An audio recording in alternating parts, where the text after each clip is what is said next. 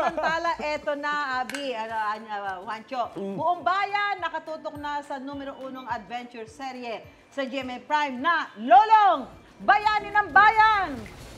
Kasi simula pa lang ng serye, intense na agad ang mga eksena at napanood ka din namin doon, Juancho. Kita niyo Grabe ka kay Lolong, masyado kang masama sa kanya. Harsh. Ang ugali mo, talaga ginagawa mong Alam totoo. mo talaga, Mami Su, yan talaga ang ating papel sa mga netizens, inisin sila. At syempre marami pa kayong aabangan na mainit at maaksyon na eksena ni na Lolong at Dakila. At this morning, spotted ang mga friends ni Dakila dyan sa Pililla, Rizal. At may mga action encounter sa kanila si Cheska at may makakasama pa siya. Oh. Nako, Cheska, sino kasama mo dyan? Good morning mga kapuso! Yes, Lolong is back na nga talaga. Kaya this morning, makikibonding tayo sa kanyang best friend na Dakila, makalahi ni Dakila. Ayan, dito sa isang sanctuary. Pero mga kapuso, hindi lamang ako ang makakasama nyo this morning. Ayan, makakasama natin ang isa sa pinakamalapit sa puso ni Dakila. Nako, sino kaya yun? Hulaan nyo! Dakila! Ayan na nga mga kapuso, kung hindi nyo alam, fun fact lang, ayan, ang ka-lookalike, okay, ni Lolong ay actually the real-life stunt double from season 1 to season 2 ni Ruru Madrid. Kaya nga makakasama natin siya this morning. At syempre, makipagtsikahan tayo sa kanya. Nako, Lolong ka-lookalike, kamusta ba yung experience mo? Kamusta ba yung experience mo sa pagiging stunt double ni Ruru Madrid from season 1 to season 2. Ayan. Ayun, masaya naman po. At ayun, na-enjoy ko naman po lahat ng tinuro sa akin. At sobrang mabait katrabaho si Ruru. Yes, may mga mensahe ka ba para sa ating mga kapuso dyan? Ayun, good morning po sa inyo mga kapuso. Ayun, maraming salamat po. At sana manood po kayo ng Lolong Tupo natin. Yes, ayun naman. At syempre, siya yung makakasama natin sa close encounter natin with the crocodiles. Pero bago ang lahat, syempre, safety first. At para i-guide tayo, makakasama natin ang owner ng pasyalan na ito. Ayan, si Sir Mario De Santos. Magandang umaga mga kapuso. Ayun na nga, welcome back. Yeah, Again welcome and back again. again. Oo nga. Sir Mario, syempre magko-close encounter tayo ngayon, ngayong umaga sa isang crocodile.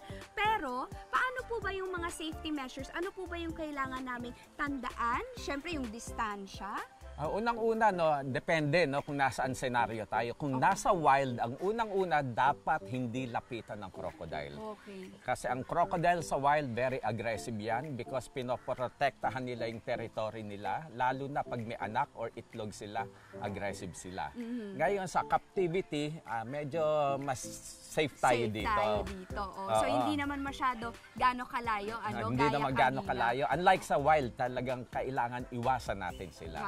Ayan. So, pwede ba natin sila pakainin ngayon, i-feed? Pwede. Pwede, ayan, i-try natin. Ano ba usually yung mga pinapakain natin sa kanila? Ngayon, usually ang pinakakain namin is kalahating baboy every 2 weeks.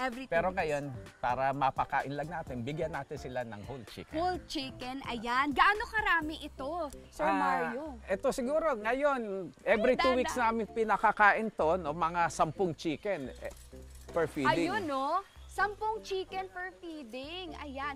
Gaano po kadami yung mga breeds nyo ng crocodile dito? Meron kami rito yung Cayman crocodile. Ito yung saltwater crocodile. Meron tayong freshwater crocodile. May Cayman, may Nile crocodile. So meron tayong 4 na klase. 4 na klase. At balita ko, Sir Mario, nabanggit mo sa akin kanina na yung mga cold-blooded animals hindi masyado kumakain talaga. Oo, kasi mabagal lang metabolism ng mga reptiles, mga cold-blooded animals. Oo. At ngayon mga kapuso, ayan, lilipat tayo sa kabilang cage. Ayan, para bisitahin natin ang mga mini dakila. Ayun na nga sila. Okay, mga ang cute-cute.